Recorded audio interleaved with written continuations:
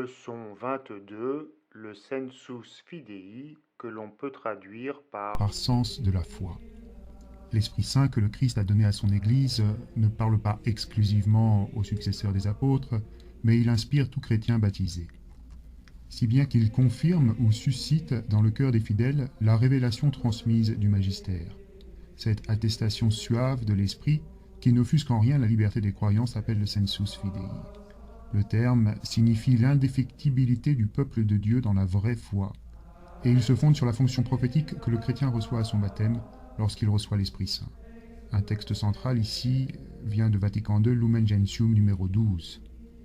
En voici les phrases essentielles. Le peuple saint de Dieu participe aussi de la fonction prophétique du Christ. L'ensemble des fidèles ayant l'onction qui vient du Saint ne peut se tromper dans la foi.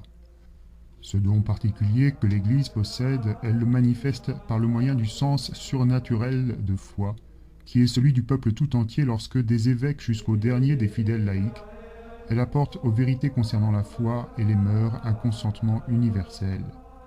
Le peuple de Dieu s'attache indéfectiblement à la foi transmise aux saints une fois pour toutes.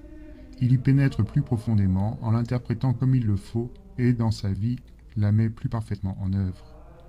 C'est donc une capacité qu'ont les baptisés de percevoir la vérité de la foi, d'en vivre et de discerner ce qui lui serait contraire, tant au niveau de la foi qu'au niveau des mœurs.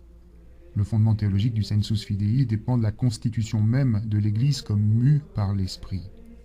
Dans un sens plus large, c'est alors une participation des fidèles, chacun selon son charisme, au don du Christ à son Église, l'Esprit Saint, et à la fonction prophétique qui y est attachée.